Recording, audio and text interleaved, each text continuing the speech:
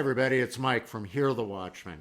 I'm really excited today to be here with you because I have someone who's very special to Jeannie and I and to the Hear the Watchmen family. We met her in Canton, Ohio at Coach Dave Daubenmire's conference when I think she was like 16 years old or something like that. And what she was doing then was she was going out in front of abortion clinics and trying to save babies. And I was just so blown away, and Coach was too, and Coach introduced her. And then at the last conference that we just had in Canton that Coach did, Occupy, uh, she shared her testimony. I shared my testimony to the group, and we had another great time. And so I want to welcome back to the show today Lexie Hall. Lexie, how are you? I'm doing good, thank you. How are you? I'm good. I'm And so happy to be on the show again, also. But yeah, thank you. well, we're excited to have you. And folks, what a trooper Lexie really is. She had like three wisdom teeth pulled the other day, and she's still here, looking beautiful as ever. You'd never know the difference. So, Lexie, thanks for being such a trooper. No, thank you. Yeah, I'm just a little puffy, but and my smile, I constantly smile regularly, so it's really been hard for me not to smile. So, but yeah, Well, sorry. Lexie, Sorry about the weird face. let's start off today. Uh, we're going to start off with something. We'll get into what you're doing and where you're going because you have some exciting plans. But let's first talk about Alabama. Alabama took a huge step in outlawing abortion. Been very controversial. The liberals are attacking, the state and the whole institution, saying that the conservatives are a bunch of meanies and we're going to end up killing women. I wanted to kind of get a read from you as a young person who's on the front lines in the battle against abortion. What do you think about the move that the state of Alabama made? I think it's an amazing move, obviously, but yeah, there's a lot of backlash coming from people that are pro-abortion, and also on the anti-abortion side. I don't know if you've seen this too, but since the bill does not punish women, not a lot, but there are, a majority or a part of people on our side that are against the bill as well. But I personally am for the bill all the way, obviously, because it would ban abortion in Alabama. Um, and I think it is a awesome move that Alabama did it. I was hoping Texas would be the first one, but I guess we're not cool enough. But I'm happy Alabama is cool enough to do it. So I'm definitely not surprised though with the way the people in Alabama are reacting that are for abortion, and even outside of Alabama, everybody's up in arms, and it's kind of funny to watch, sad to see, but funny to watch whenever you see people acting so insane, saying the most bizarre things. I don't know if you saw this, but one guy was saying, because you passed this bill, you've now aborted Alabama. Like, literally made no sense. No, no logic is used when you're on the side of abortion. So it's been good to see. Yeah, and I think there's always going to be people, Lexi, who just don't get it. I mean, that just don't get it. It doesn't seem that people truly grasp the concept that what we're doing is murdering a people through abortion, and that the streets of America run red with blood beneath them from all the babies that we have killed. So it is time. It's so refreshing to see someone young like you out there on the forefront. Now, when you are out at the abortion clinics now, what are you seeing? Are you sensing a change in direction? Are more people getting abortions, less people? Are they more open to listening to perhaps not having an abortion? I don't think it's really changed many people's point of view on abortion, like the movie Unplanned and all of that. I have heard of cases of people seeing that movie and then not going through with their abortion or whatever. And obviously, the abortion talk has been really big in America lately. So I think it may have impacted people like individually, but I have not sadly seen a decrease at my local abortion clinic in Houston.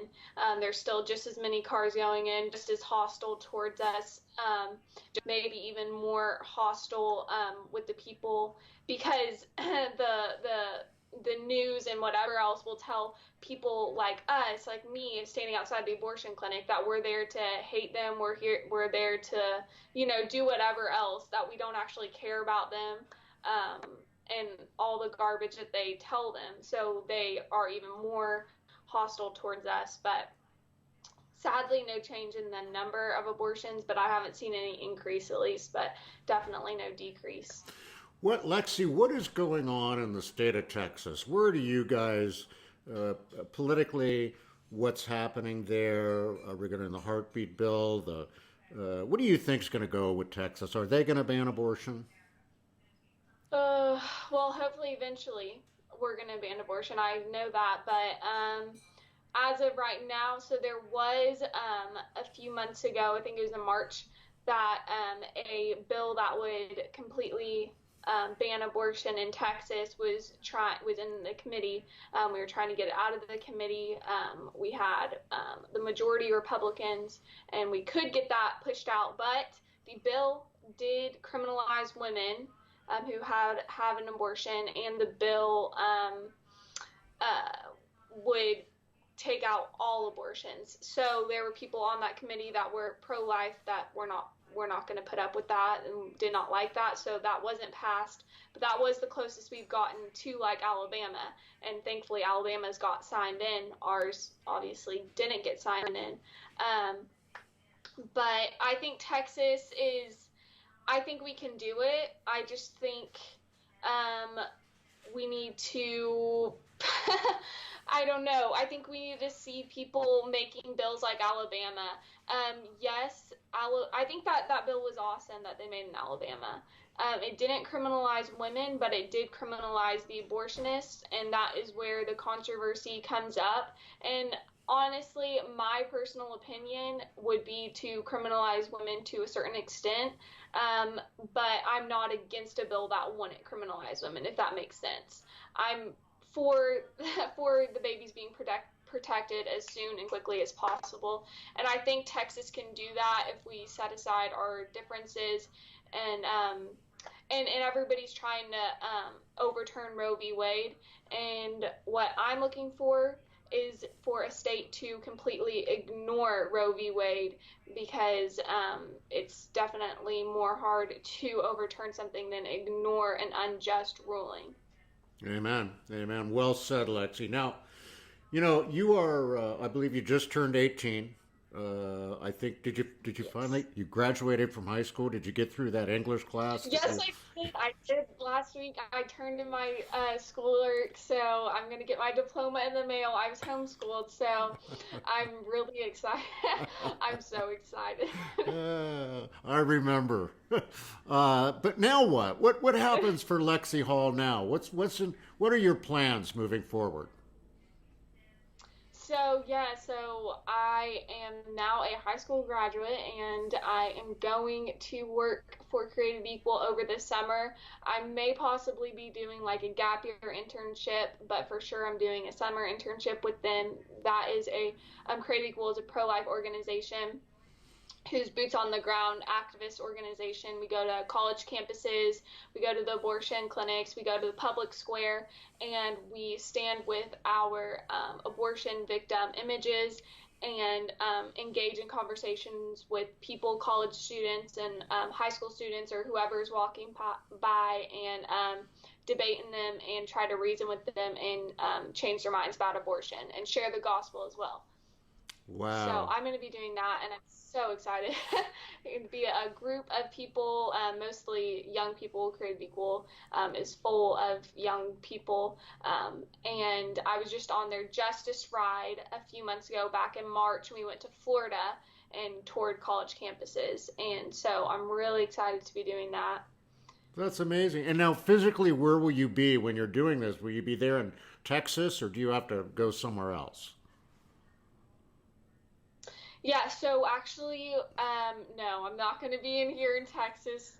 Snap, I wish I was, but but no, I'll be in Columbus, Ohio. So that is the headquarters of Created Equals in Columbus, Ohio. But we will be traveling to some late-term abortion states while I'm there and to other places, but mainly it's based in Columbus. So. That's amazing. What great stuff. I mean, that's just to see you out there doing that. I guess, there's a question that I'm sure every one of us that's older is wondering, and that is, what happens when you're Lexie Hall and you're such a strong believer and you're so vocal and you're on the forefront? What do your friends think about you? Well, so I was public schooled my whole life until midway last year. So I had friends, non-Christian friends, some Christian friends, mostly non-Christian friends, honestly. And a lot of pro-choice friends. And as they've seen me on social media, and as I've seen them at like women's marches and praising abortion, and even freaking out over the Alabama laws and other like heartbeat bills and stuff. There's definitely a divide, and definitely people in my posting on Instagram and stuff, people not appreciating what I stand for, to say the least. And but it really shows how uneducated the main vast population is on what abortion is, what it does to a baby, the human being. Like, they don't even know, or they're not even taught that human life starts at conception. There's literally teachers that will lie straight to people's faces, straight to students' faces, and say that they're just a clump of cells and they're not a human being until X amount of weeks or whatever. So they're being lied to by not only media, not only social media, but also teachers. So I understand them in a way.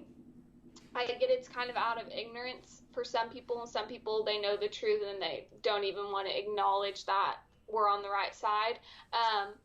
But that just goes back to their moral standards and whatever. But I feel for them, and that's why I still reach out to people, still post on social media pro life things and talk about what I'm doing, because I think it has definitely lessened relationships with other people, but also it is a great way to share the gospel with people, a great way to stand up for the truth, and to engage people in conversations about abortion, because who knows, 1 in 3 women have an abortion. So a lot of my old friends will probably be faced with that, and so if they have the information that I know and you know, it may better change their mind and they won't go through with their abortion or whatever. So, Wow, that's great. Now, how did you kind of get started on this path? Because I assume you were like a normal young girl that was